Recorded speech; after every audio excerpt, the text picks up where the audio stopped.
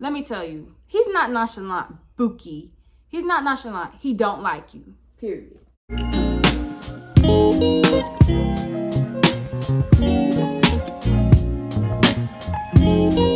Well, oh my god.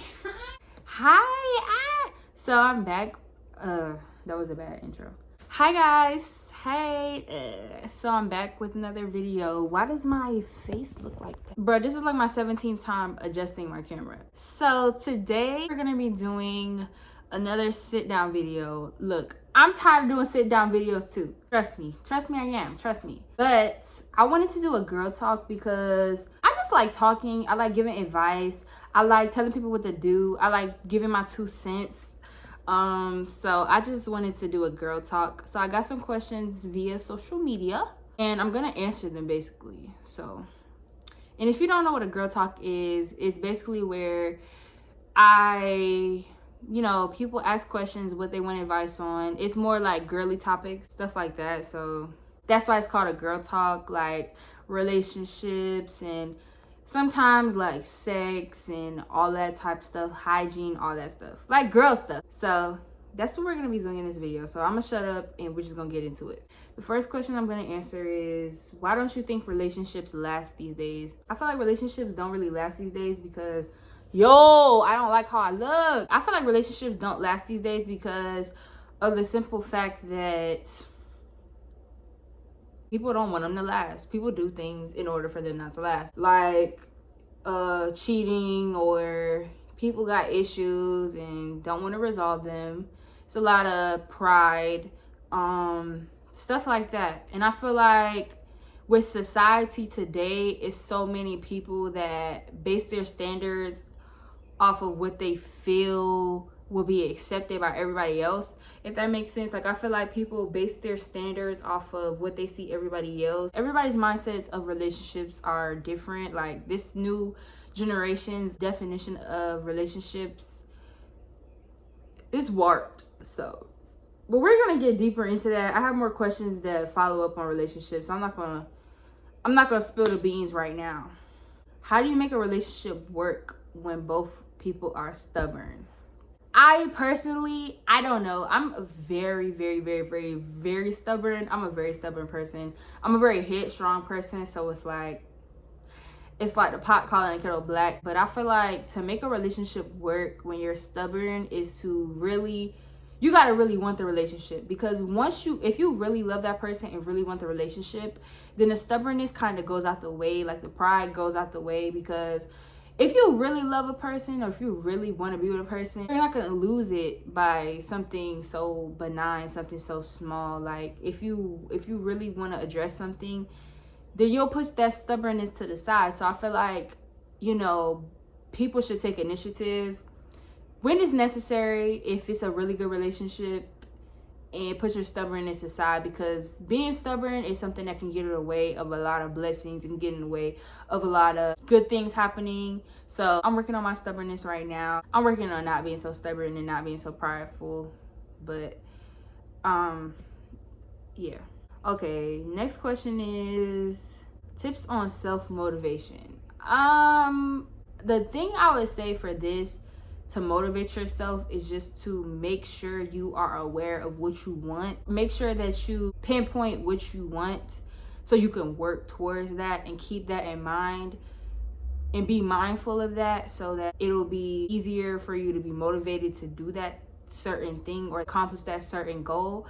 You always have to think of like the end game, like, oh, I want this for this reason. And if the reason's good enough, then you're going to be motivated to do it because you want to do it, like, because that's something that you really want. Also, I would say it's good to have good people in your corner that remind you of, I feel like you're more motivated when you feel good about yourself. So if you have people around you uplifting you and telling you what you can accomplish and how capable you are of getting what you deserve and what you want out of life, then it'll be easier to get up and say, oh yeah.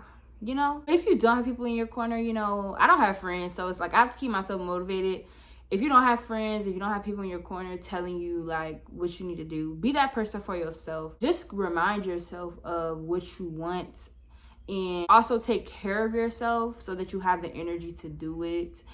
take care of your mental, and also don't overwork yourself, don't overdo it. If you need a break, take a break, don't overdo it. Motivation can get a little toxic at times, like, you know, depending on who you get it from, it can be kind of backhanded. Just make sure that you motivate yourself in a healthy way. If that makes sense, those are my tips. The next question, it says, how do you deal with nonchalant dudes? I don't deal with nonchalant dudes. That's one thing you will never catch me with, is a nonchalant dude. Like, if you nonchalant with me, then obviously you don't want me for real. That's just how I think. Because girls be like, oh, he's nonchalant this. Let me tell you, he's not nonchalant, Buki. He's not nonchalant. He don't like you, period. Because one thing I'm learning about men is, if they want to, they will. And they put their energy where they want to put their energy. And they put their emotions and their mind and all of that into things that they want to put their emotions and mind into. If they're not really showing no emotion or are emotionally there, then it's time for you to go. Emotionally unavailable men, that's a red flag. One thing I'm learning is, it's good to be emotional. It's good to show off your emotions. It's good to love, and you don't always have to guard yourself from that. You can love without pride. You can show your emotion without shame or embarrassment. That's who you are. That's how you feel. Like, stop shaming how you feel. I just don't deal with nonchalant dudes. I will never ever deal with a nonchalant dude, because that's gonna bring out the nonchalant in me. Because if you being nonchalant, I'm gonna show you who the queen of nonchalance is. I'm gonna out nonchalant you. So I just rather not do that. Like, they're not nonchalant, they just don't like you. Because if somebody's nonchalant, regardless, if they really want you, that goes out the window. They're gonna tell you how they feel. They're gonna tell you what's going on with them. Next question is tips on keeping your mental health in check. Keeping your mental health in check, I will always say that don't let your mind control you. You control your mind.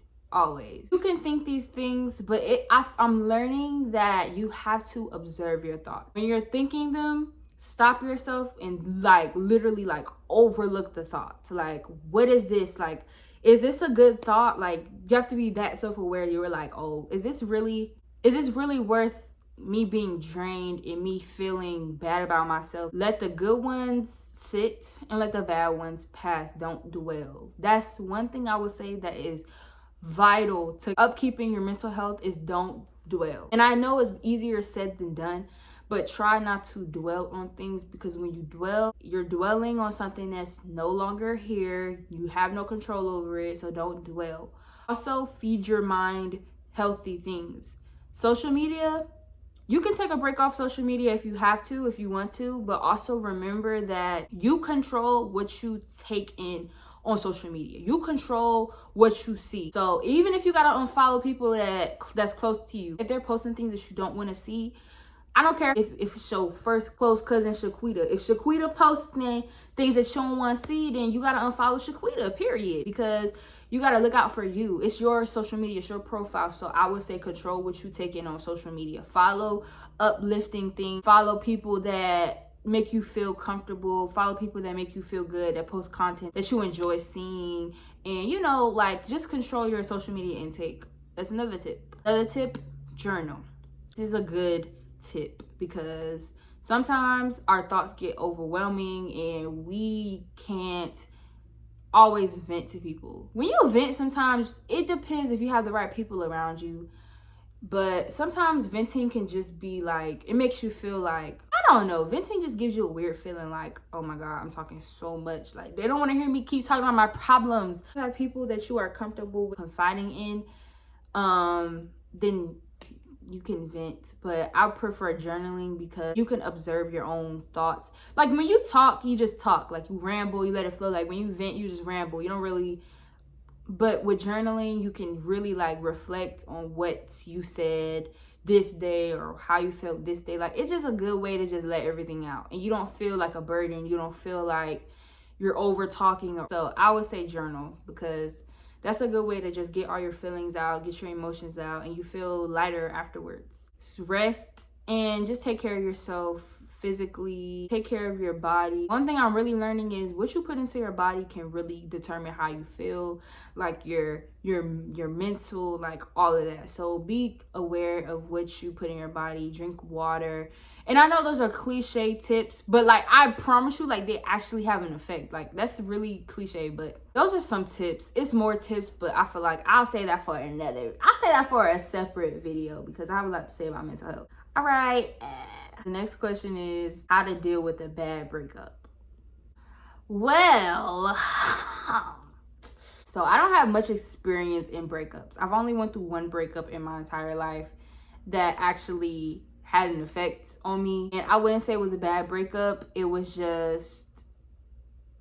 a breakup, but I mean, my first breakup was very complicated, I would say. Like, my emotions were all over the place. So, yeah. Based off of my experience, if I were to call my breakup bad, just take it day by day. Stay out of contact with your ex. I made that mistake of staying in contact, like, periodically with my ex after we broke up. It just really added salt to the wound. And let me say this, it's easier said than done. Trust me, I know. You're not just gonna be, like, the feelings you have for that person I don't expect them to just go away. But you also have to remember that if you miss this person, you have to think, you broke up for a reason. You didn't break up just to break up. Like, you broke up for a reason. It was a reason that was good enough for y'all to end things. And I'm not saying that there's no hope in getting back together, but don't worry about that right now. You're always gonna have some kind of, feeling for that person. It's just like, we had something. You just really have to observe, like, where you're putting your energy into when you break up with somebody, because it's okay to say we had something beautiful, we had something amazing, but like, it's okay to have those kind of feelings. Like, we had something, what we had was amazing, but don't dwell on what it could have been, what could have been done differently, what you could have done differently. Like, it's no point in doing that. Trust me, like, it's no point in doing that because it's over with now. You can't talk about what you could have done differently. Like, and I know it's easier said than done. Like, I know you're gonna have a thought or two about that, maybe 3, 4, 5. Just don't keep looking backwards. Like, take all that love and energy that you put into the relationship and put it into yourself. Focus on becoming you again. Focus on who you were before you were in a relationship. Remember that you were somebody before the relationship and you're gonna be somebody afterward. And take all of that energy and grief in one. You can create something. Journaling was something that really helped me when I was in my breakup. When you get out of a breakup, it's just like, it's sad. Like, yeah, you're gonna miss that person. Yeah, you're gonna, think about that person. But at the end of the day, you just have to keep moving forward. Like, you just have to take all that and put it into yourself. Like, work on yourself. Get to know yourself again, like, by yourself individually. Do things that make you happy. Do things that you like to do. Start a new hobby. Like, if you have friends, hang out with your friends. You should have friends around you that uplift you and reassure you that everything's gonna be all right. Like, you're good. You're good. And just get back to loving yourself, because you a bad bee. You a bad muff. So you need to act like it, period. Because I'm sorry to give you the cold hard truth, but if it didn't work out, it's plenty of niggas that will do what he ain't do. I ain't met none of them because they weird. Like, dudes are weird. They're weird. But at the end of the day, just keep in mind that you need to be your own lover for a minute. That's really the tips I have for having, like, a bad breakup. Like, really just love yourself. Like, love on yourself, because you're going to need it during this time. If you need to feel what you need to feel it, but don't dwell. Don't ask yourself what you could have done differently. And don't check your ex's social media. Don't don't focus on what they're doing. Don't worry about them. Worry about you. Like, don't be the person to stalk your ex's social media, because I promise you, you're not gonna find what you want to find. You may find something that you don't want to find, and you're gonna be hurt all over again. Just don't even worry about them. You gotta act like your ex don't exist for like a couple of months. Like, you really do. Like, you really just gotta tune them out, take the focus away from them, and just focus on you. I feel like that's one of the best ways to heal from a breakup. Really, you'll find somebody else better. Period. Next question is how to deal with attachment issues. I feel like I have attachment issues because I'm a very possessive person. Like, I'm not even gonna hold you. Like, I always told myself that I just want a friend to myself, like a person to myself that I don't have to share with anybody. I don't know if that's toxic or not, but I can be possessive, and when I'm attached to you, I'm on you like white on rice. Don't play with me. But how to deal with attachment issues, maybe you have to learn detachment. You have to realize that this person may not be here for long. This person, I'm not trying to be pessimistic. You have to realize that this person may not be here as long as you want them to be here. You don't know what may happen. You know, y'all might fall out. The person might turn into a weirdo. Like, you don't know what may happen. So I would just say, I feel like we get attached when we have an idolized version of a person. Sometimes we blow it out of proportion and it's not even really what the person is. Like, you get detached and you realize you ain't even all that like I thought you was. Like, why was I doing all that over you? I feel like once you work on yourself more and you're so comfortable within yourself that when you get attached to somebody, it'll be easier for you to detach. So I would just say work on your detachment and work on, like, I can't even give you no detachment tips because I really forgot. And sometimes detaching takes time. Like, detachment can take time, but realize that everybody is just a person.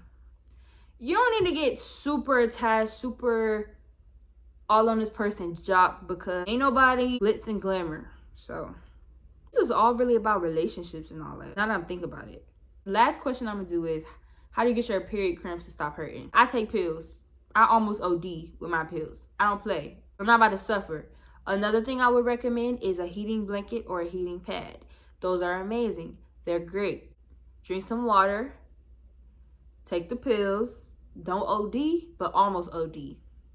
Get a heating blanket, lay down, stay still. It was another one I can't remember though. My period cramps don't be that bad. They get bad a little bit like during the first day.